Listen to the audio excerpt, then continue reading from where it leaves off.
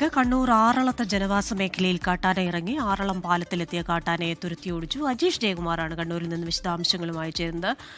Ajeesh, good afternoon. പലപ്പോഴും ഈ മേഖലയിൽ ഇങ്ങനെ കാട്ടാനകൾ പ്രശ്നമുണ്ടാക്കാറുള്ളതാണ്. ഇപ്പോൾ എന്താണ് സംഭവിച്ചത്? കൂടുതൽ വിവരങ്ങൾ.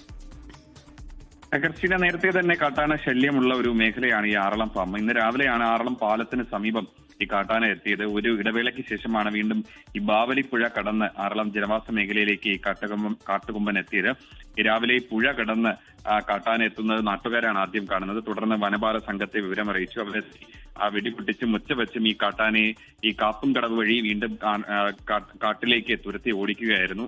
ഈ ആറളം ഫാമിൽ തമ്പടിച്ച കാട്ടാനകൾ പലപ്പോഴും ഈ ആറളം പ്രദേശങ്ങളിൽ ഇറങ്ങാറുണ്ടായിരുന്നു. ഇത് തടയാൻ പുഴയ്ക്ക് കുറുകെ ഒരു വനം വകുപ്പ് നേരത്തെ ഒരു ഫെൻസിംഗ്, ഇലക്ട്രിക് ഫെൻസിംഗ് സ്ഥാപിച്ചിരുന്നു. എന്നാൽ അതിപ്പോൾ പൊട്ടി തകർന്നിരിക്കുന്ന നിലയിലാണ്. ഇതാണ് വീണ്ടും ഈ മേഖലയിലേക്ക് കാട്ടാനകൾ ഇറങ്ങാൻ കാരണമായത്. വനപാലക സംഘം കാട്ടാനയെ ഇപ്പോൾ ആറളം ഫാമിൽ നിന്ന് കാട്ടിലേക്ക് കയറ്റി വിട്ടിട്ടുണ്ട്. ശരി, അജീഷ് ജയകുമാറാണ് കണ്ണൂരിൽ നിന്ന് വിശദാംശങ്ങളുമായി ചേർന്നത്. ലോകത്തെവിടെയായാലും ഏത് സമയത്തും 24 വാർത്തകളും ഓഗ്മെന്റഡ് റിയാലിറ്റി പാക്കേജുകളും എക്സ്പ്ലെയിനറുകളും വിശദമായി കാണാൻ ഞങ്ങളുടെ യൂട്യൂബ് ചാനൽ നിങ്ങൾക്ക് സബ്സ്ക്രൈബ് ചെയ്യാം.